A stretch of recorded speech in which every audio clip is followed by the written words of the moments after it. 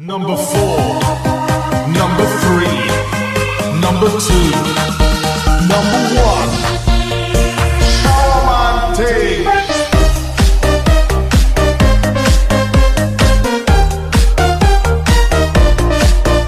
Ayo wabarakatuh.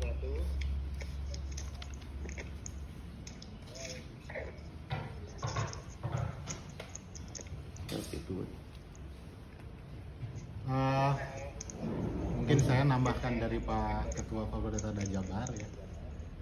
Tadi dari awal saya sudah menyimak ada beberapa pendapat dari para pakar, juga dari pemerintah Provinsi Jawa Barat. Mungkin saya cepat saja. Yang pertama begini, yang pertama dari aspek teknis.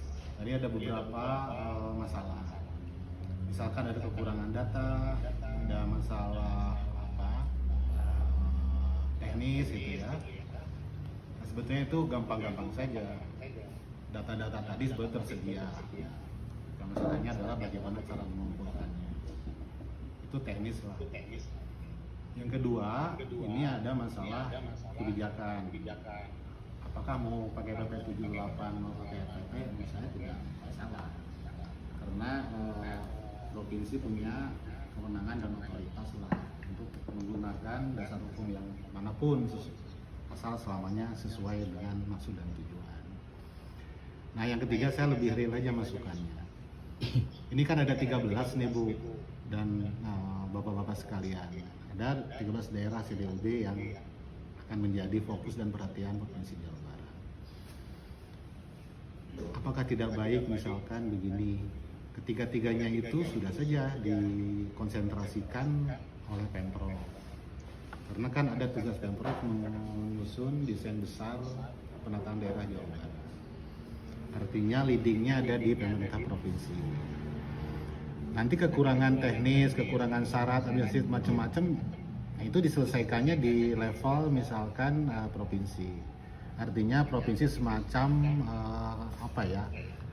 semacam hubnya gitu loh. Jadi policy hub yang ada di provinsi yang ngatur semua 13 CDOB ini. Semua persyaratan macam-macamnya provinsi yang ngatur, kemudian disampaikan ke pemerintah pusat. Termasuk tadi hal-hal teknis tadi juga diselesaikan gitu. Misalkan saya lihat tadi ada masalah data air tanah. Padahal kan di provinsi sudah ada itu peta geologis air tanah di permukaan. Kemudian rata-rata lama sekolah kan ada itu di data IPM kabupaten kota. Lalu pertumbuhan ekonomi misalkan, PDRB kan itu semuanya di BPS sudah ada. Nah, tinggal dikonsentrasi di provinsi dan provinsi melakukan kajian misalkan atau melakukan inventarisir semua data sekunder maupun data primer yang ada di masing-masing kabupaten kota. Jadi artinya kalau saya memandang semua itu bisa dilakukan. Masalahnya adalah bagaimana kita melakukan langkah-langkahnya. Yang ketiga, provinsi punya big data sebetulnya yang bisa memotret secara utuh ke-13 CDOB ini dari sisi kelayakan, macam-macamnya gitu. Kan kalau secara administrasi mah tadi ya, kalau provinsi leading ya kabupaten kota ya sudah siapin aja persyaratan administrasi gitu, tanpa harus melakukan tanpa susah-susah lagi melakukan intervensi. Gampang kok, cuma tinggal sebarkan saja edaran ke masing-masing 13 kabupaten kota ini untuk mengumpulkan data dan memenuhi administrasi. Lalu kajian kewilayahan, saya yakin semua Bapeda kabupaten kota yang 13 ini sudah punya kajian kewilayahan, baik secara geografis gitu, dan macam-macam. Cuman ada catatan saya, ketika kita menghitung kelayakan, misalkan nih, kita lakukan kajian misalkan kabupaten kota tahun sekarang, lalu mereka proyeksikan ke tahun depan. Jelas kalau kita menggunakan variabel ekonomi, ini sangat tidak layak. Lihat aja Jawa Barat aja kan pertumbuhan ekonomi selama COVID itu min 5,6%. Kabupaten kota malah ada yang min 6, bayangin Bu.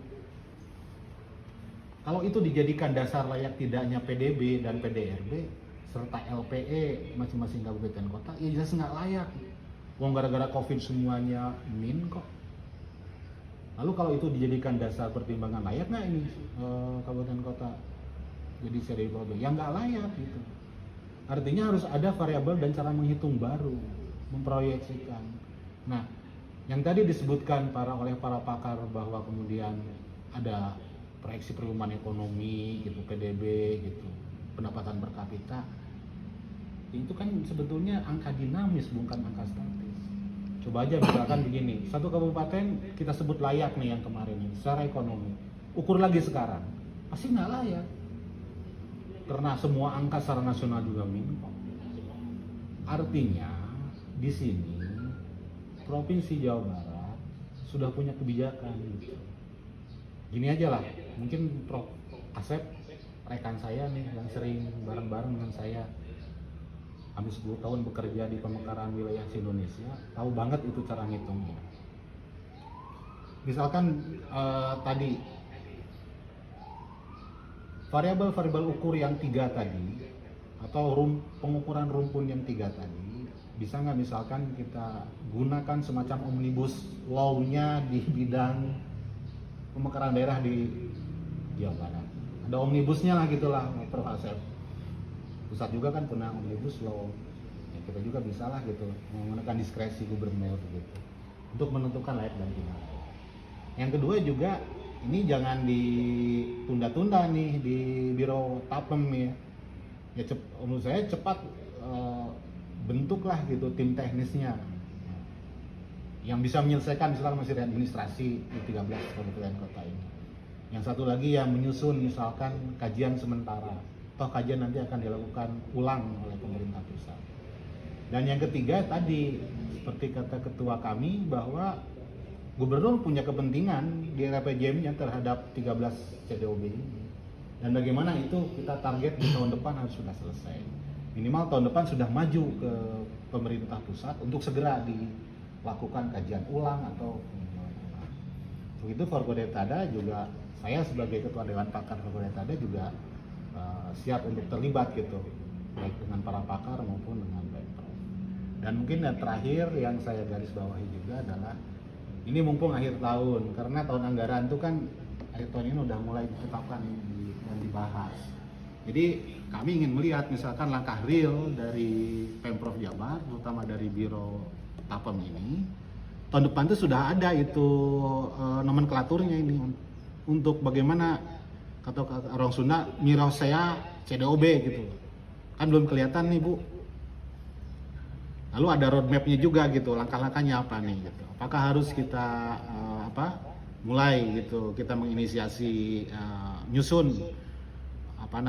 menyusun langkah-langkah selama 1 tahun misalkan, ataupun nanti tahun depan kita mulai lakukan mengkonsentrasi membangun basis data masing-masing potensi sebagai bahan untuk kajian para pakar, atau kita mulai melakukan sosialisasi misalkan, atau kita melakukan konsolidasi di tingkat provinsi gitu, mana yang belum lengkap, mana yang sudah lengkap.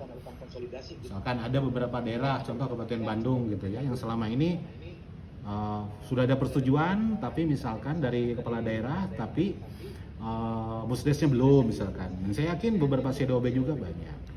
Kalau saya pengennya gini, ada 2 rumpun. Rumpun pertama adalah yang 3 tadi, misalkan Garut Selatan, itu kan sudah ada tuh yang belum lengkap. Jadi ada 1 des yang ngurusi syarat-syarat yang belum lengkap.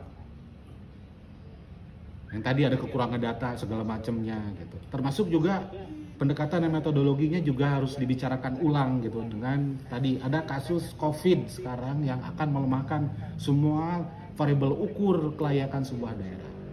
Di sisi ekonomi misalkan dan macam-macamnya.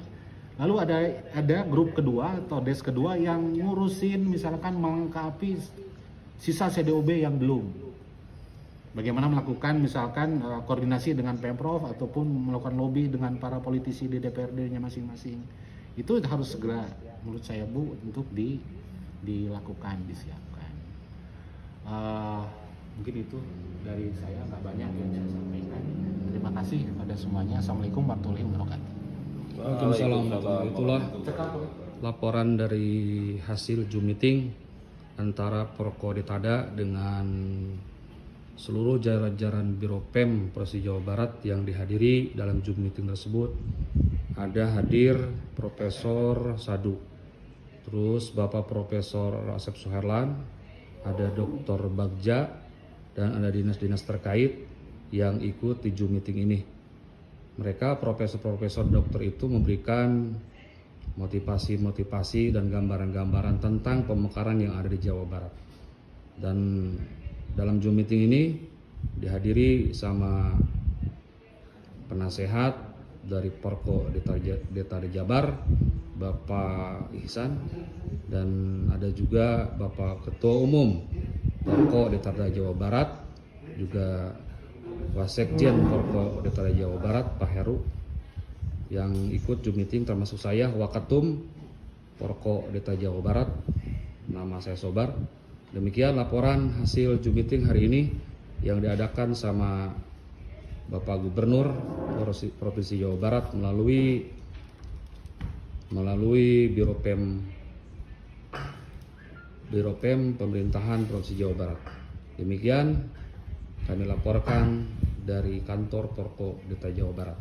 Terima kasih. Wassalamualaikum warahmatullahi wabarakatuh.